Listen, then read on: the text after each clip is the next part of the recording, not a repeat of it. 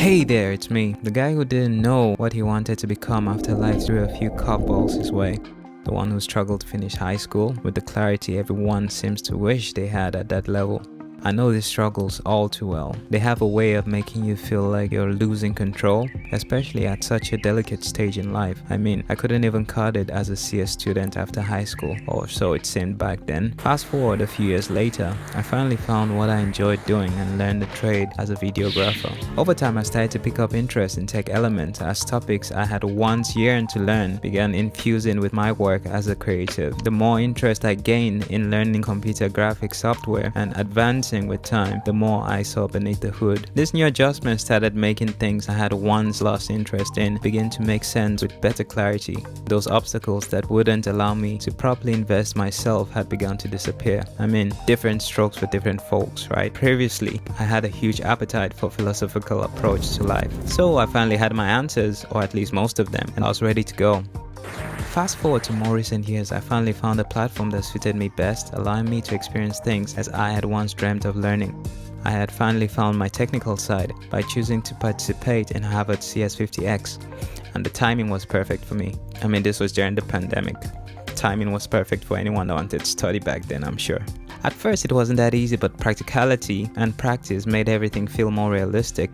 It was easier to interact and feel everything in real time. Here's a sort of disclaimer. I still have my bad habits for doing things in an unconventional manner. So, why the sort of disclaimer, you may ask? Well, this is to encourage anyone to just go ahead and pursue what you want to. Different strokes for different folks. What works for you might not work for others, and vice versa. Which means your timing doesn't have to match everyone else's. Let's dive into the course. CS50X is a fantastic course for anyone on a journey like mine. If you want a little more background about me, you can go check out some of my blogs on Patreon, where I describe my journey in more detail. And any show of support will be very much appreciated.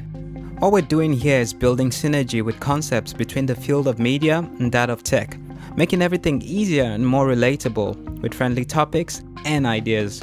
So don't forget to like, share, and subscribe. Also, don't forget to hit that notification so that you're notified every time we got new content. This course can take you from zero knowledge of computer science to more than 70% basics if you learn what is covered in the course. And the tip of the iceberg is your final project, which could help shape what direction you intend to go after the course. Before I did this course, I actually tried doing something more advanced. I tried to do the CS50 mobile course, which teaches you how to make apps for mobile phones and stuff, and that was way too advanced for me at that stage, so I needed to revert. It was a good push, I guess, in the right direction to get me back to the basics. And funny enough, I actually never went back the day after my final project because I discovered the direction I wanted to take and I took a different route. If you want a properly detailed breakdown of the course, you can check out various course reviews done by other former students, but here's my summary from scratch to the final project.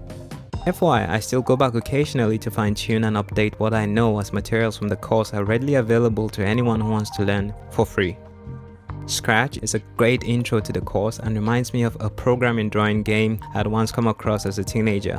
Given the computer instructions and watching your commands get carried out to produce a final output. Scratch also introduces you to logic behind professional programming languages and is used from children to adults to create fun games, educate, and more. During the course, each week you get to do an assignment to help you cover topics you've learned during the course, still at your own pace. So a week could stretch out to more time or less, depending on your availability and the pace you set for yourself.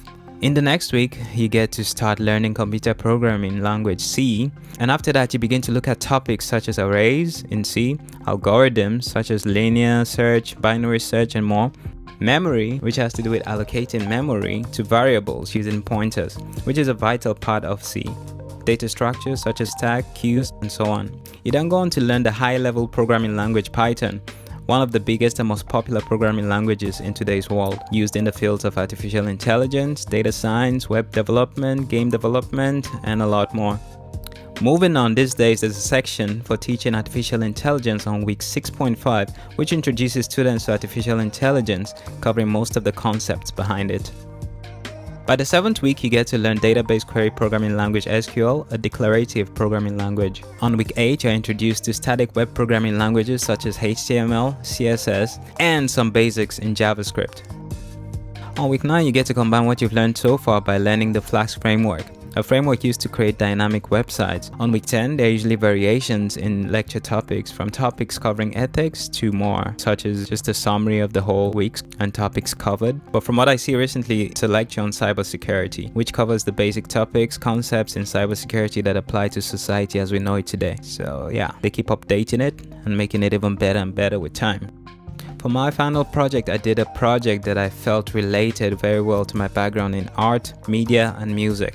I called it Alter Gallery. It was a combination of my interest in 3D animation, music, and digital art.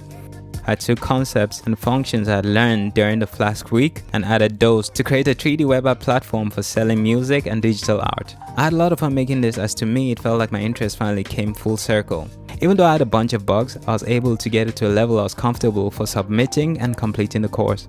This took me about 3 months-ish, I think, or less, to complete, and would probably have gone faster if I was able to find a collaborator, which is something they encourage you to do during final projects, and I think is a good way to start learning to work with others. Comes in handy for work in the future. In conclusion, doing this course, there were a lot of things I had to learn, and also things I had to unlearn. Things that obstructed my learning capabilities, making me a better learner, especially in the field of computer science. The course also opened doors for me to do more on my tech side. Today, I think I could boast of developing 1 or 2 websites, as well as completing 1 or 2 programs in CS, and being more confident about my knowledge of CS and other related fields. GIGO Advice, GIGO Advice, GIGO Advice. Never underestimate revisions. Do revisions anytime you need to refresh your memory of what you've learned. In music, for instance, you rehearse/revise all the time to keep your memory fresh, and even build muscle memory with time. The same applies to any other skill. Practice and revision with time make perfect. So see you on the next one. Cheers.